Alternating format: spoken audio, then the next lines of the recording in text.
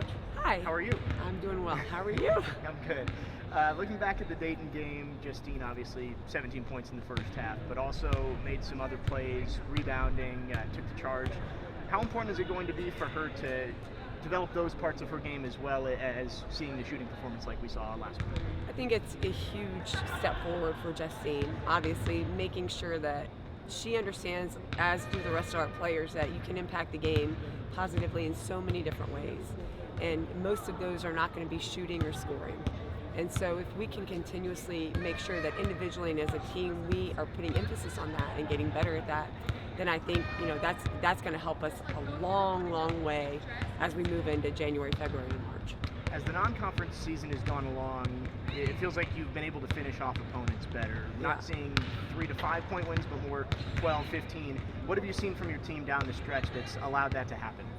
I think we've talked about being more consistent a lot, specifically since the beginning of the season, where we did have leads, and then, in the second half, specifically the third quarter, they would just get cut short.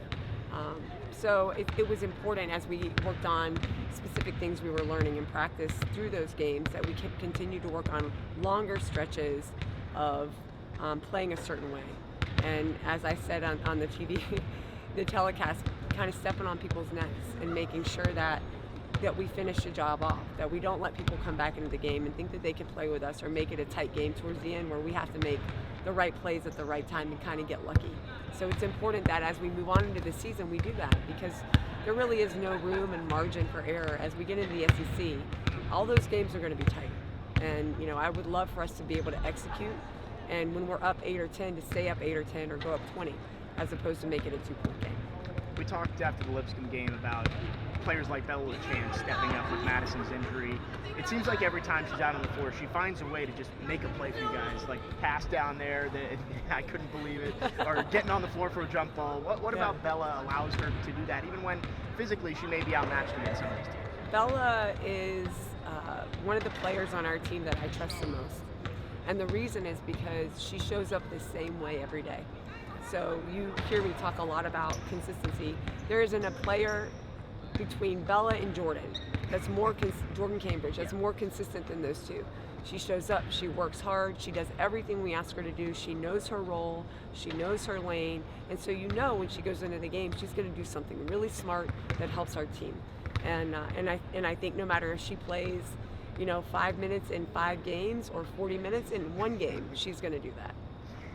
Last year, coming out of this break where you play 2 games in 3 weeks, you had to jump right into SEC play. Now you get this weekend with 2 more non-conference games. Is that something you like, to have these 2 more games to, shake off some of the rust and make sure you're prepared heading into SEC play? It's something I love.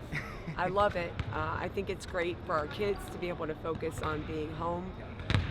We were able to give them, a good amount of time at home to be with their families. It's a much-needed break for everyone. But when you're home and you're worried about coming back and getting back into the swing of things, sometimes that can steal, especially when you're young and you don't know how to handle that, it can steal some of your joy during the holidays. And I think for our kids, for our conference, for the juggernaut that is, I think having these 2 games to kind of get back into the swing, work on what we need to work on, get our legs back, couldn't be better. Couldn't be better planned. Coach, Jordan Cambridge's main focus from the headlines are her defensive game, her steals. She's close to the school's all-time steals record. But if you look at the stat sheet, just a big improvement offensively this year for her. She's improved her three-point percentage by 10% over what her career average is. She's already made a season most three-pointers for her career with 21. And she's already had 4 20-point performances in her career when she only had 2 coming into this season. So what's really, other than her just kind of working on her form shooting, she still needs to be able to drive to the basket. It's not just one element. She's been a 3-level scorer. What did she work on this offseason? How big has it been for you to have that ability in her to be a scorer, not just a defender? So for Jordan, the off-season was a really important one. I believe it might have been the only one since she's been here at Vanderbilt that she's had the entire summer to develop as a player. So there's lots of things we work on. I mean, I could sit here and tell you a million different things that Jordan did, specifically technique-wise, skill-wise, that has helped her game.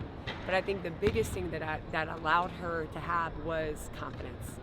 So knowing that she's watching how much better she's getting day to day, putting that work in, knowing that she's putting the work in, watching the ball go through the net, the fact that she got that length of time to do that, to me, has made her a more confident and a player that feels more prepared. And when you talk about the separation of skill and talent, and then when you add mindset to that, that's when you see players really elevate to elite. So Jordan has always had that kind of dog mentality and the work ethic. She just hasn't had the time to develop as a player. Now you mesh all of that together, and she's a force to be reckoned with. I'm just happy she's on our team. Another player that's really stepped up their game offensively this season is Sasha Washington. She's coming off another double-double performance. I believe she's had 5 this season. She's shooting over 55% up from the floor, which is top 5 in the SEC.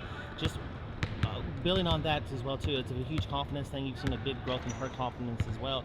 How big is just those two going to be for you guys as you move forward towards the SEC play, where they're going to be going up against a step up against a level of competition that they're familiar with, being through the SEC, where you have maybe some players who haven't been through that yet? You're talking about Jordan and Sasha? Yes, ma'am. Yeah. So I think when you want to be a great team, there's a lot of things you need.